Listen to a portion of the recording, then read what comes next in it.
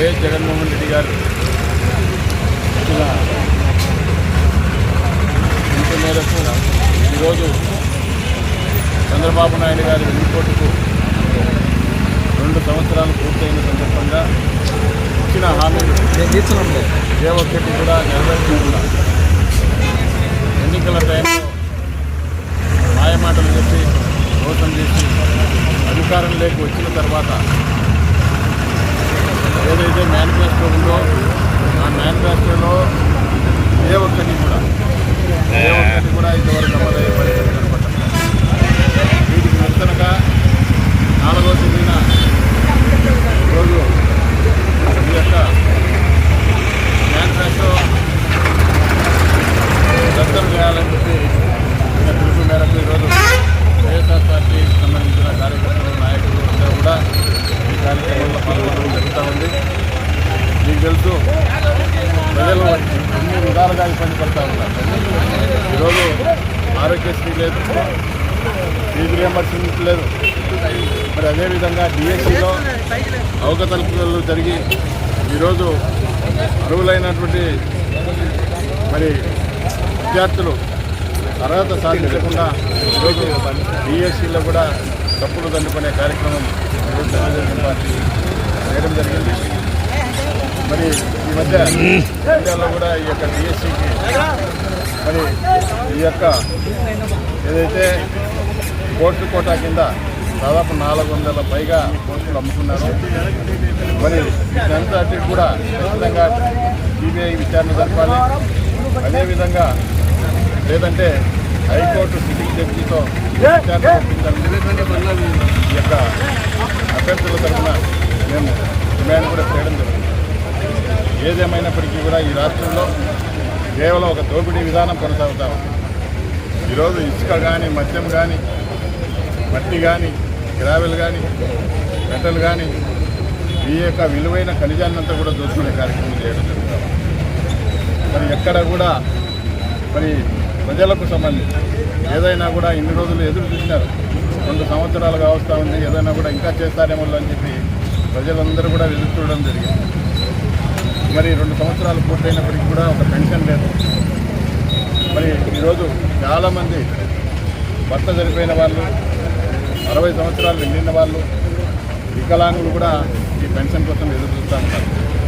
జగన్మోహన్ రెడ్డి గారు 67 లక్షల పెన్షన్లు ఇస్తే ఈరోజు దాదాపు 5 లక్షల పెన్షన్లు ఇస్తుంటే చదువుతారు. మరి అదేవిధంగా ఫ్రీ బస్సు ఇచ్చామని చెప్పి చెప్తా ఉంటారు. ఫ్రీ బస్సు ఇచ్చి ఈరోజు మహిళల మధ్య గొడవలు సృష్టించి ఆ బస్సులు కూడా చాలా వరకు తక్కువ చేసి ఎక్కడ కూడా డిపోల్లో బస్సులు కనపడడం లేదు, మహిళలే కనపడతా ఉన్నారు. మరి ఈరోజు అది కూడా కొన్ని వాటికి సంబంధించిన కొన్ని బస్సులకు మాత్రమే మహిళలకు ఫ్రీ బస్సు అని పెట్టి ప్రజలను మోసం చేయడం జరిగింది. అదేవిధంగా ఈరోజు ఎక్కడ చూసినా మరి రెడ్డిబుక్కు పరిపాలన జరుగుతూ ఉంది. ఈ రెడ్డిబుక్కు పరిపాలనలో ఏ ఒక్క వ్యక్తి కూడా వారి యొక్క నిరసన తెలియజేసినా, వారు ఏదైనా గవర్నమెంట్ గతంలో ఇచ్చిన హామీలు ఏదైనా డిమాండ్ చేసినా కూడా వాళ్ళని కూడా కేసులు పెట్టి జైళ్లకు పంపించే కార్యక్రమం చేయడం జరుగుతారు. కాబట్టి ఈ యొక్క వైఎస్ఆర్ కాంగ్రెస్ పార్టీతో కలిసి వచ్చి మనం ఏదైతే ఎన్నికల ముందు వాళ్ళు తెలుగుదేశం పార్టీ అధికారంలోకి రావడం కోసం మరి ఏదైతే హామీలు ఇస్తున్నారో హామీలన్నీ కూడా 100% కూడా నెరవేర్చే వరకు మన పోరాటం ఆగదు. మరి అదేవిధంగా జగన్మోహన్ రెడ్డి గారు ఆనాడు ముఖ్యమంత్రిగా ఉన్నారు, రైతులకు కానీ ఏ ఒక్క వర్గానికి కూడా ఇబ్బంది పెట్టలేదు.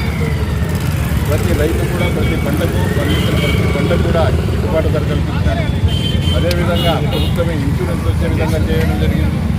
అదేవిధంగా ఆటో వాళ్ళకు కానీ మరి ఏదైనా షాపులు పెట్టుకునే వాళ్ళకి కానీ అన్ని వర్గాల వారికి మంచి ప్రభుత్వంగా జగన్మోహన్ రెడ్డి గారి ప్రభుత్వం ఉండేది. కానీ ఈ దుర్మార్గపు ప్రభుత్వం వచ్చిన తర్వాత మరి ఈరోజు ఇచ్చిన హామీలు ఆడబిడ్డ నిధైతేనేమి మరి 18 సంవత్సరాల నుంచి 50 సంవత్సరాలకు ఇస్తామన్న ఆడబిడ్డ నిధి కూడా ఎత్తేయడం జరిగింది. అదేవిధంగా నిరుద్యోగ భృతి 3,000 రూపాయలు మేము అధికారంలోకి వస్తే ఇస్తాము, లేకుంటే 20 లక్షల ఉద్యోగాలు ఇస్తామని చెప్పడం జరిగింది. అది మోసం చేయడం జరిగింది.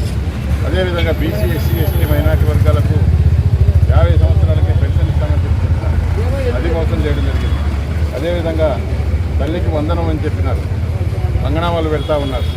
మరి ఈరోజు తల్లిదండ్రులు కనీసం గతంలో జగన్మోహన్ ఇన్సూరెన్స్ కూడా ఈరోజు వచ్చిన తర్వాత ఇన్సూరెన్స్ కూడా చెల్లించారు.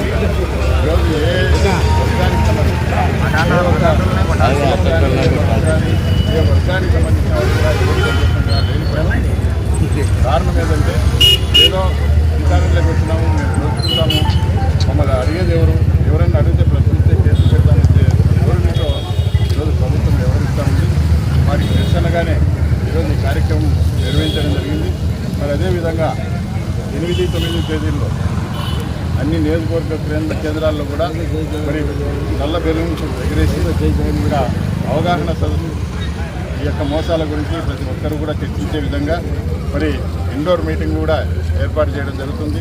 అదేవిధంగా ఈ సందర్భంగా మళ్ళీ 12వ తేదీన కూడా పెద్ద ఎత్తున ఒక ర్యాలీ కూడా నిర్వహించి మరి ర్యాలీని ఉద్దేశించి కూడా మేము మాట్లాడడం జరుగుతుంది.